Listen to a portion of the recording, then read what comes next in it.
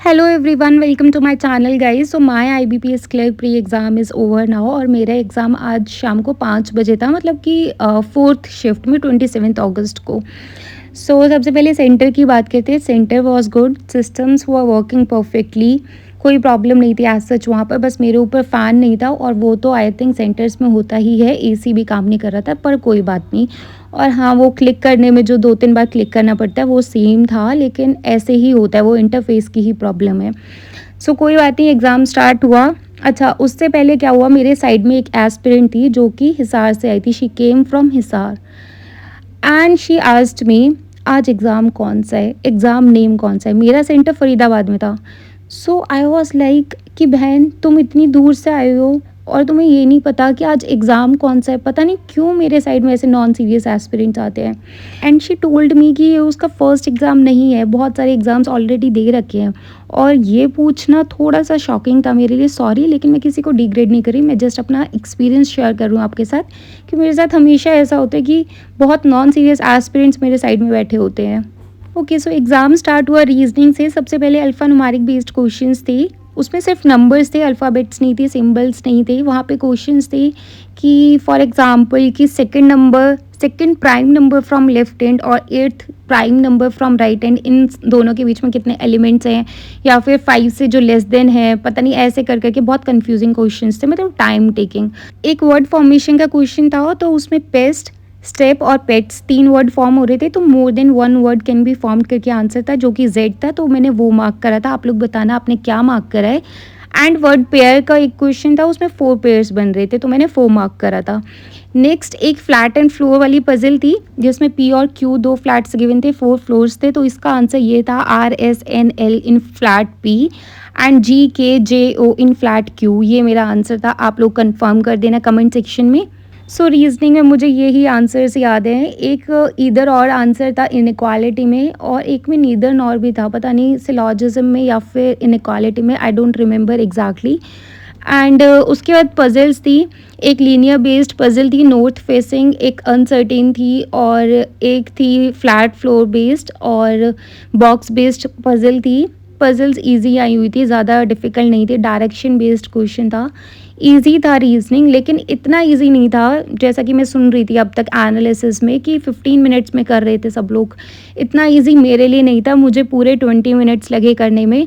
ये आंसर भी मुझे याद है, वर्ड फॉर्मेशन और वर्ड पेयर वाला। फ्लैट एंड फ्लोर वाला मैंने तभी लिख लिया था क्रॉस चेक करने के लिए।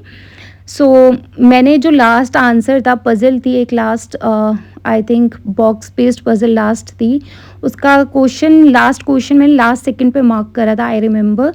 मुझे पूरा टाइम लगा रीजनिंग को करने में। आई डोंट नो आप लोगों ने जल्दी कर लिया कैसे करा, लेकिन मुझे पूरा टाइम लगा रीजनिंग को कंप्लीट करने में। इन रीजनिंग आई अटेम्प्टेड 35 क्वेश्चन, सारे क्वेश्चंस मैंने करे और कोई भी क्वेश्चन यहाँ पर गलत नहीं है, क्योंकि वर्ड फॉर्मेशन में जेड मार्क करा था, more than 1 word can be formed, और वर्ड पे में 4 ही आंसर था आई थिंक। आप लोग कंफर्म कर देना कमेंट सेक्शन में। रीजनिंग में मैंने 35 अटेम्प्ट करे हैं। Next is quants. अगर क्वांट्स और रीजनिंग को कंपेयर करें तो क्वांट्स ईजी थी, reasoning was time taking, little bit time taking. Quants में क्वेश्चंस आए हुए थे सिंप्लीफिकेशन क्वेश्चंस, बहुत बहुत इजी क्वेश्चंस थे। बस मुझे इसमें एक आंसर याद है, दैट वाज 18 का स्क्वायर कोई आंसर आ रहा था, 18 उसका आंसर था। बहुत इजी सिंप्लीफिकेशन थी, मतलब आपको पूरा सॉल्व करने की ज़रूरत भी नहीं थी, हाफ में ही पता चल जा रहा था कि कितना इसका आंसर होगा।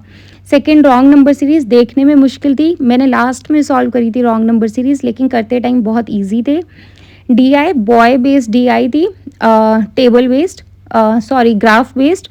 उसमें ना बॉय का डाटा दे रखा था, बट मोस्टली क्वेश्चंस में गर्ल्स का डाटा पूछा हुआ था, मतलब कैलकुलेट करके कैलकुलेशंस थी, लेकिन बहुत बहुत इजी DI थी। Simplification easy, wrong number series very easy, DI easy, arithmetic was also very easy. I attempted 27 questions in quants, मुझसे सिर्फ 27 ही हो पाए, and that is more than enough for me, इससे ज़्यादा मैं अटेम्प्ट नहीं कर पाई। क्वांट में मैंने इतने ही अटेम्प्ट करे, अरिथमेटिक के क्वेश्चंस भी करे थे 3-4, एंड बाकी के मैंने रॉन्ग नंबर सीरीज DI और सिंप्लीफिकेशन करे। Last section was English. English को लेकर सबसे ज़्यादा डाउट होते हैं, तो मुझे ना थोड़े बहुत आंसर्स याद है। और क्या हुआ था कि इंग्लिश 1.5 मिनट्स पहले कंप्लीट हुई थी, आई थिंक 60 सेकंड्स पहले ही कंप्लीट हुई थी। तो उस टाइम पर मैंने थोड़े से आंसर्स ना लिख लिए थे। तो मैं आपको बता देती हूँ, आरसी में एक क्वेश्चन था सिनोनिम बेस्ड, है ना? तो काउंट का सिनोनिम पूछा था, तो दैट वाज रिलाई, मैंने मार्क करा है rely. Sentence was like I can count on you, so I marked I can rely on you. उसके अलावा कोई ऑप्शन मैच नहीं कर रहा था, तो मैंने रिलाई मार्क करा है। सेकेंड मैंने ऑफर्ड मार्क करा है, if I am not wrong मैंने ऑफर्ड मार्क करा है, मुझे सेंटेंस याद नहीं है। फिलर्स की बात करें तो एक में मैंने बिलीव मार्क करा था, बिलीव बिलीव्ड अब बिल्कुल परफेक्ट याद नहीं है। एक था फिलर्स में question, dash came to meet Mona but Mona ignored him, ignored पर डैश था, तो मैंने इग्नोर्ड मार्क करा है। नेक्स्ट एक गाइड या गाइडेड करके क्वेश्चन था कि उसने गाइड किया था एग्जाम में मुझे, तो वो मैंने मार्क करा है। ठीक है, अब एक शॉर्ट पैरा जंबल में मैंने none of the sentences correct करके करा था मार्क। अच्छा, आरसी में एक क्वेश्चन था जिसमें पूछा हुआ था कौन सा स्टेटमेंट करेक्ट है, वहाँ पे फादर दिया हुआ था, राइट, और पैसेज में फादर इन लॉ था, तो वहाँ पे आई थिंक बहुत लोगों ने मिस्टेक करी होगी, और एक का आंसर ओनली बी था, मुझे नहीं याद कौन से वाले क्वेश्चन का। सो पैराजंबल की अगर बात करूँ तो पैराजंबल में मैंने मार्क करा है EAFBCD। मैंने देखा कि बहुत लोगों को कन्फ्यूजन हो रही है CD में कि DC आएगा या फिर CD आएगा। तो गाइज जो लोग DC मार्क करके आए होंगे ना वो मुझे डिफेंड करेंगे, बट मैं इसलिए नहीं बोल रही हूँ कि ये करेक्ट है कि मैंने करा है, लेकिन ये करेक्ट ही है, इसलिए मैं आपको बोल रही हूँ EAFBCD is 100% correct para jumble answer. Why? BC जो थे ना वो कनेक्टिंग पेयर्स थे। B में जो डाटा दिया हुआ था मुझे एग्जैक्ट याद नहीं है, उसके बाद डाटा दिया हुआ था कि मोर ओवर ये मतलब ये मेडल्स आए थे, ऐसे करके कुछ था। और D में जो था वो कुछ ऐसा लिखा हुआ था कि women will perform better in future. तो मोर ओवर वाला सेंटेंस लास्ट सेंटेंस हो ही नहीं सकता, क्योंकि B और C पेयरिंग थे दोनों। B के बारे में ही C ने बात करी थी कि और मेडल्स इतने लाए हैं वो लोग, ऐसा कुछ था जो भी। और D कंक्लूजन था कि वुमेन फ्यूचर में और अच्छा करेंगी। So this is the answer of parajumble EAFBCD। और इसके अलावा गाइज एरर क्वेश्चंस थे, बट सीरियसली मुझे नहीं पता मैंने एरर क्वेश्चंस कितने ठीक करे हैं, कितने सही करे हैं, उस टाइम पर मैंने कर दिए थे।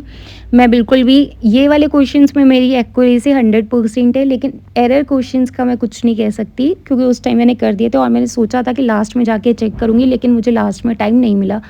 अब तो जो होगा देखी जाएगी, और कुछ कर नहीं सकते।